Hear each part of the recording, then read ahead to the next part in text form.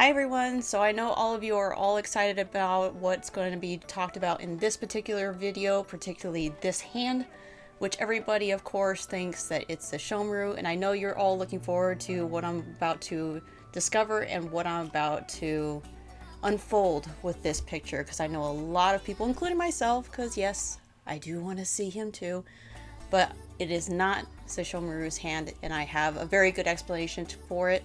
But first, let's talk about and break down this preview for Yashahime episode 13. But before we move on, if you guys like this video, please click that like button, comment down below what you guys' theories or whatever you guys think is going to be coming up for this next episode, even if you're just going to comment that you're excited, because I'm excited too. So without further ado, let's get into this video. First, let's talk about Miroku. He has long hair, dudes, and boy does he look good. I know a lot of people are saying that he looks younger, and honestly, I gotta say, I kind of agree. He does look younger. He looks great. But what we're finding out in this episode, not only are we being introduced to the fourth and final of the four perils to Tetsu, but we are going to be seeing Miroku and Sango. Finally, maybe some answers. I'm so excited that we're going to be at least getting into the OG characters and where have they been. So it looks like we're going to be getting into Miroku and Sango's story and where have they been all these 10 years. Now we're finding out that Miroku is actually under 1,000-day training right now. And at first my initial thoughts to this was, oh, 1,000 days, consecutive 1,000 days. That's about a little over 3 years of training. So immediately, because I noticed that Hisui kind of is not happy to go see his father at this point, even though Kohaku was like, hey, there's this demon that's going around and eating and attacking monks and priests, go talk to my brother. But he didn't seem like he was very happy to go see his brother. So I think there is a reason behind it. Considering that Miroku is going on through this challenge for 1,000 days, and if it is consecutively 1,000 days, that's a little over 3 years. But 3 years out of the 10 years, he still had time to be in Hisui and the twins' lives. So I was like, there must be something else. Well, I got my answer. If you go to Axel Beats' channel, I will link in the description below for Axel Beats. Go check out his channel. He is very good at going through the Japanese history, especially since he has a degree in history. Check out his channel because this is where I got a lot of his information on this particular subject for Miroku, as far as his 1,000 days of training. So according to Axel Beats, basically this training that Miroku goes through is actually a historical thing that happened. There is a monk by the name of Sol that created this training called Kaihyogo. Kaihyogo was something that he inspired in other monks for this 1,000-day of training by simply walking. Now I know walking probably doesn't seem like a huge problem, but if you're walking through the mountains and you're walking through terrains that maybe you're not familiar with and everything, and especially for how long this goes on for, this is a huge deal. Now, in order for these monks to take on this challenge, they are allowed to start off this training in the first 100 days and back out of it. But if they continue on the training, and if they fail, or if they decide to not go through with the training, it changes things. Now, when I mentioned before that this 1,000-day of training is basically consecutively 3 years, I was wrong. What I found out was that this 1,000-day of training is actually under a span of 7 years. That is a huge difference. In the first 3 years, these monks are supposed to walk 30 to 40 kilometers per day for 100 days. On the 4th year, they do a 30 to 40 kilometers per day for 200 days. In the 5th year, they do 30 to 40 kilometers for 200 days.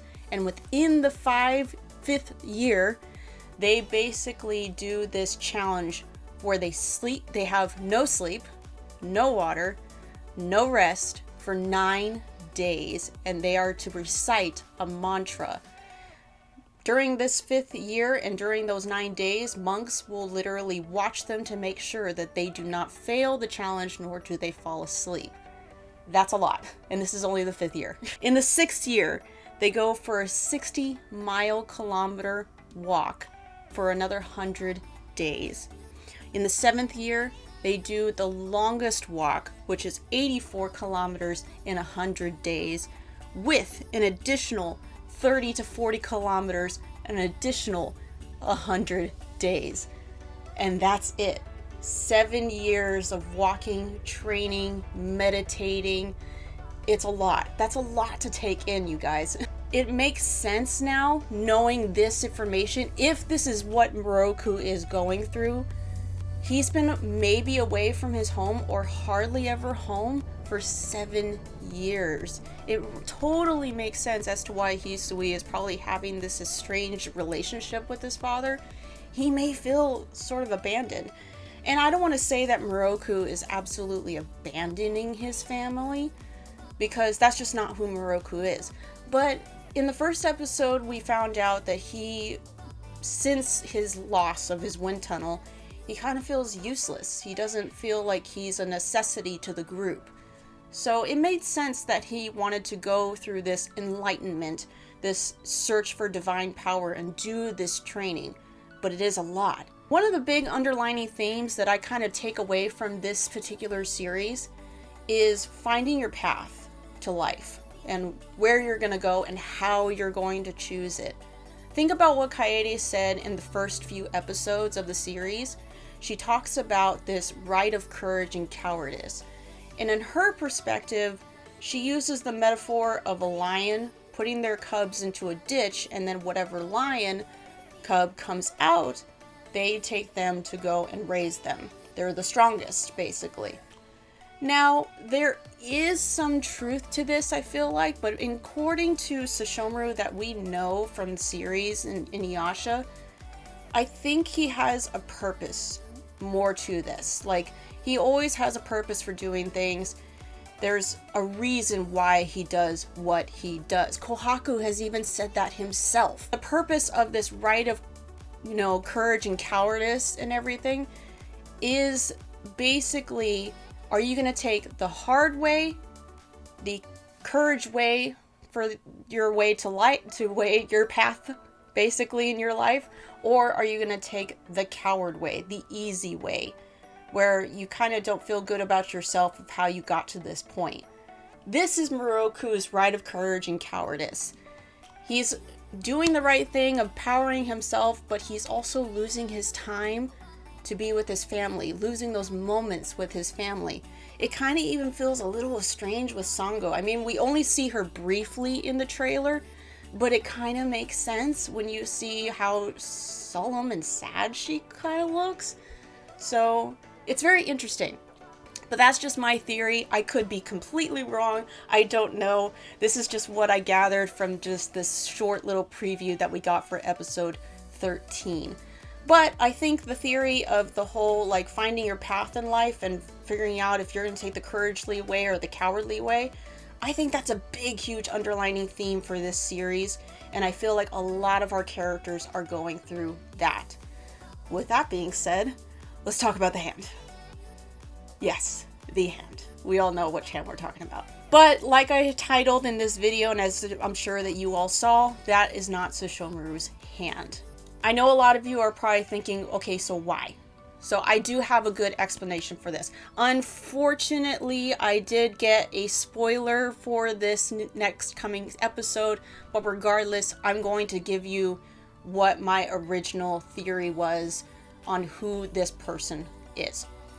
So I believe it is Toa. I think it's Toa. And the reason why is because of who she is as a person and how much she has gone through thus far in the series. She's never actually hit rock bottom yet in this series, and I feel like that's coming up soon, and this could be the episode. I don't know. But considering that we just saw in the last episode that she turned into a human, it could be possible that we're going to see her turn into a full demon I said that she has had a lot of character growth in this series thus far. She's learned how to master her sword. She's learned how to master her senses. She's even like come out of her shell as far as like the world itself. She's learning a lot about herself in this new world. And she hasn't really hit rock bottom. Even when she turned into a human, you notice that she never really lost her spunk. She wanted to still fight, even though she was powerless. So there was no rock bottom for her yet. And I feel like when she transforms, if she transforms, this is going to be a huge, big thing for her. It's either going to change her completely, or it's going to hit her in a place that is like vulnerability. So I feel like if it's not going to be happening in this episode, it's going to be happening soon. Or at least this is kind of like, I want to see this vulnerability for her, because she's so headstrong. She's literally become like the pinnacle, like perfect person leader in this group of 3. And to see her kind of like hit a low will be very cool for her character. I mean, in a good way. In a good way. As far as the picture is concerned, my reasonings why I think this isn't Sesshomaru is because think about the thing that's off to the side of the hand. A lot of people are saying this is a Mokomoko. Now, if it is Sesshomaru's Mokomoko, I have a reason why I think it's not. Because if you look at past photos or past episodes of Sesshomaru, you'll notice that the Mokomoko that he wears is kind of like a tannish color or a light brown color. Even the texture is a little different. It's not as layered as this little section looks like.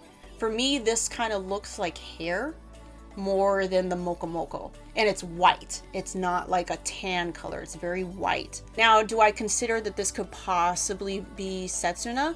Absolutely. I mean, the only reason why I lean so much into this being Toa is because of the fact that Miyoga was the one that said that since Setsuna is under the dream butterfly, she couldn't transform into a human. So does that rule still apply for her when it comes to transforming into a full demon? So something to consider. The hand itself, you notice, of course, there's like cuts a little bit on the hand and everything. There's elongated nails, but the stripes themselves that are on there, yes, Sesshomaru does have those stripes. Automatically, I thought, oh, there's, Daddy's hand. Woo! So of course I got excited about that. But the only thing that made me think that it wasn't Sesshomaru right off the bat was because they were jagged. I will admit that both Sesshomaru and Inuyasha both have those jagged stripes on there. Of course, when Inuyasha transforms, he has the one, and Sesshomaru, his goes from like straight, and when he starts to transform, they get a little jagged. So yes, I tried to look up photos or maybe little episodes of where we can see if Sesshomaru's like stripes turn jagged, but it was very hard. Like, I don't think there was any sort of like moment where you see that it's like, turning jagged or something. So I don't think that's the case, which is why I think that this is probably either Setsuna, most likely Toa, because of those facts alone. Okay. So now that I got that off my chest, to end this video, I have my last little thoughts on here is, since we're going to be seeing somebody turn into a full-blooded demon. Oh, that's another fact. Moroha, I don't think is the one that's turning into a full-blooded demon here, because once again, she didn't turn into a human of the night of the new moon, because according to Miyoga, she's a quarter demon. Makes sense. So she probably doesn't turn into a full-blooded demon when she loses control or anything.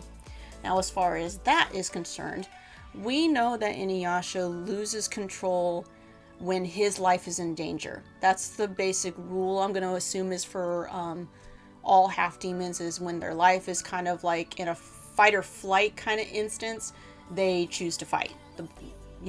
Demon blood courses through their veins way more and takes out their human side, and that's how they transform in order to save their own lives.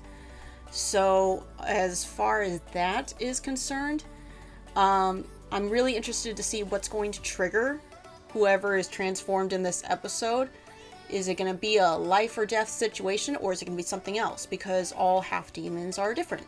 So it could be something else that triggers whatever happens. So I'm curious to see what that happen is. And what that happen is? Wow. Since Inuyasha transforms into a half demon when his life is in danger, we know that Tetsaiga is able to reverse the transformation. So for whoever is going to be transforming in this episode, is it going to be the same concept? Is it their weapons that help them transform back into their normal selves? Or is it going to be something else?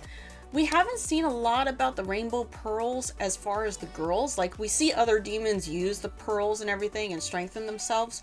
But for the rainbow pearls, we've never seen them actually like use them in battle purposely, at least. They kind of just know that they're there, but they're not being in use. So I'm wondering if the rainbow pearls are going to be something that keeps that demon blood at bay. So maybe one of the girls, most likely Setsuna Toa, is going to lose the pearl, get into a life or death situation, and then in order for them to transform back, they have to put the rainbow pearl back. Makes sense. I don't know. That's just my theory, but we'll leave it at that. Okay. That was a lot. All right. I'm good. Now that I have that off my chest, I feel so much better. But I'm so looking forward to this episode, guys. I'm sure a lot of you are looking forward to this episode as much as I am. But with that being said, that was my review of this latest preview for episode Yashahime 13. I'm jumbling up my words, but you got what I mean. If you guys did like this video, please, again, comment and subscribe for more content like this. And as always, don't forget who loves you. Bye.